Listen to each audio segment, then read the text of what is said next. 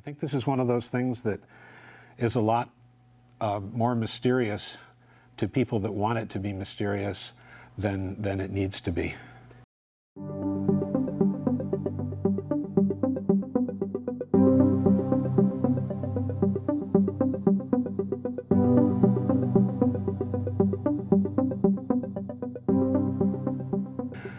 Hi, I'm Bill Eckberg. I'm the president of Early American Coppers, and I want to talk to you today about the importance of conserving copper coins, protecting them for future generations, why we need to do that and how we do that, and a little bit about how it's done.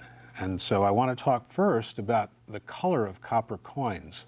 And if you look at a brand new Lincoln cent, for example, it's going to be a very shiny, sort of golden coppery color.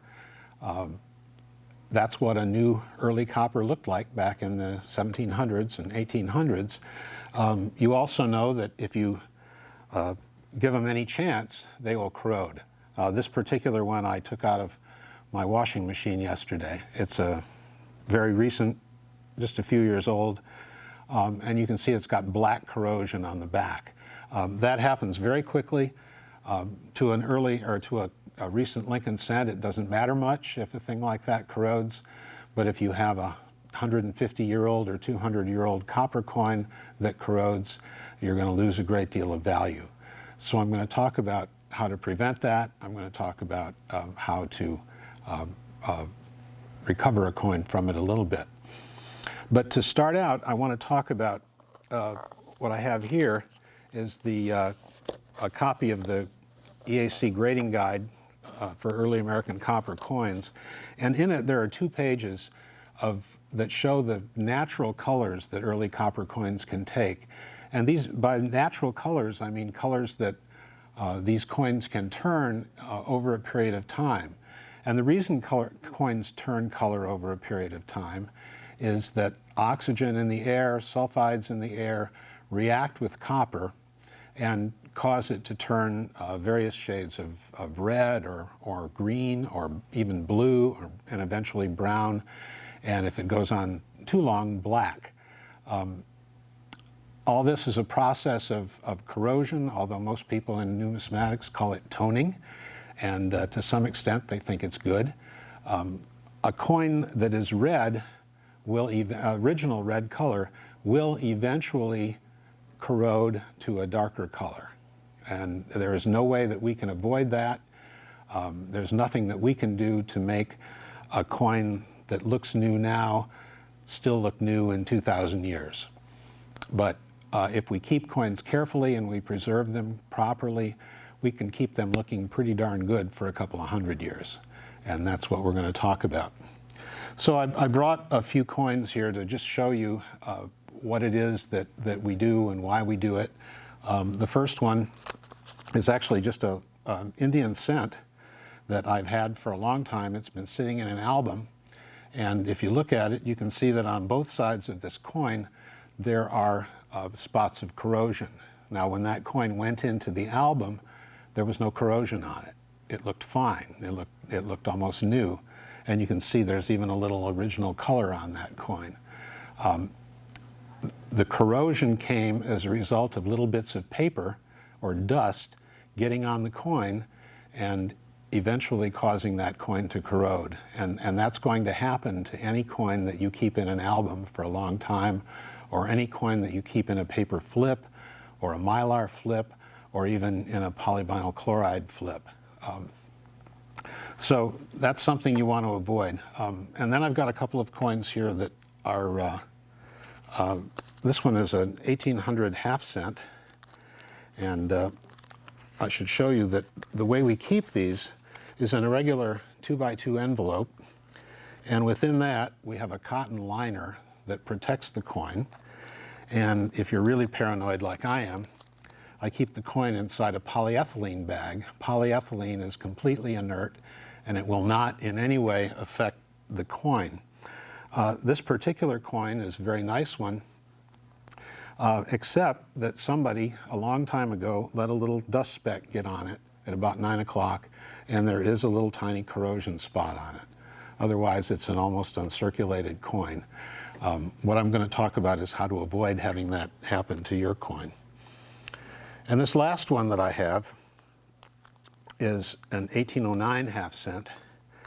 And this particular coin has almost no wear on it, but it has been exposed to the atmosphere, and so it's very dull looking.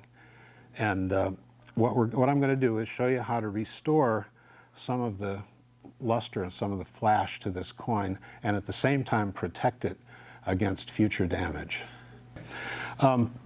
When we want to protect the coin, we want to keep oxygen and water and sulfur and so on from the environment off of the surface of the coin.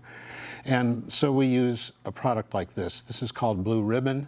I'm not advocating this particular product. There is an earlier product called Care that some of the old timers swear by. And there are newer products that you can buy as well. This one is made up of two components, 1,1,1-trichloroethane and mineral oil. So you can buy both of those at your friendly hardware store if you want to. You can make the stuff, in other words.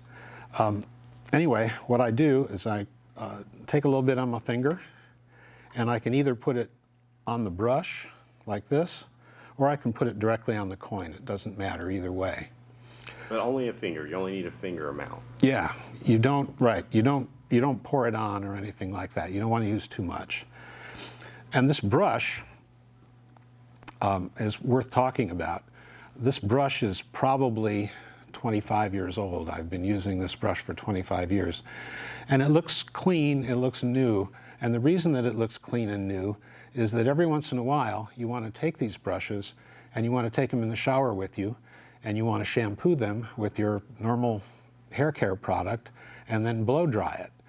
That has two effects. It removes dirt that'll get in here, and at the same time it softens the bristles. This is not one of those hard metal bristles. It's a soft hair bristle, and you can buy these from some coin suppliers.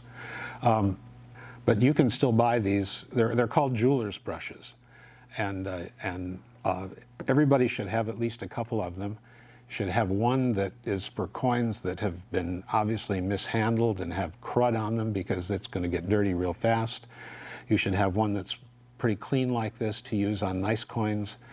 And if you want to brush red coins, you should probably have one that's just for that, so that you're not going to get any contaminants on it. But we'll just brush these coins up, and you'll see what they will look like afterwards. So now we'll brush the coin. We've got a little bit of oil on the end of the brush. We have a coin. I'll just hold it between my thumb and fingers, and a couple of strokes like that. A couple strokes like that on the other side. And the coin is now very shiny. It was not before. It is protected by the oil that was in the blue ribbon and that was then on the brush. Now, can you tell us advanced copper collector coins that have been preserved in such a way versus coins that have not? I mean, beyond the presence of imperfections. I would say that probably almost all early coppers in advanced copper collections have been preserved in this way. It's highly unlikely that if you don't preserve them in this way, that they will last long enough to make a connoisseur happy. Right. Now, is there an incorrect way of brushing the coin?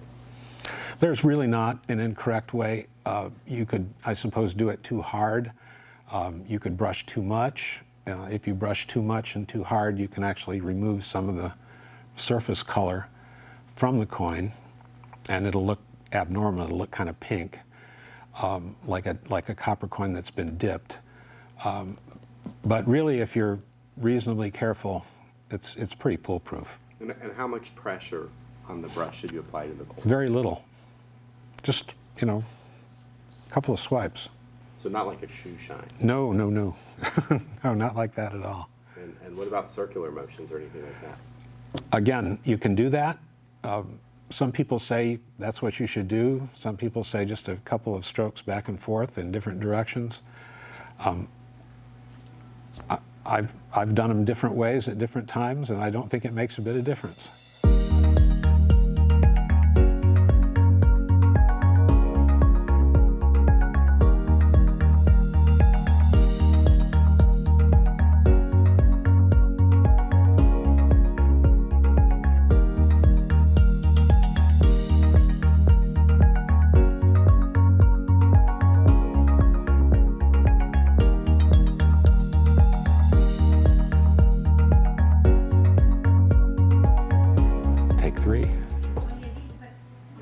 opposite.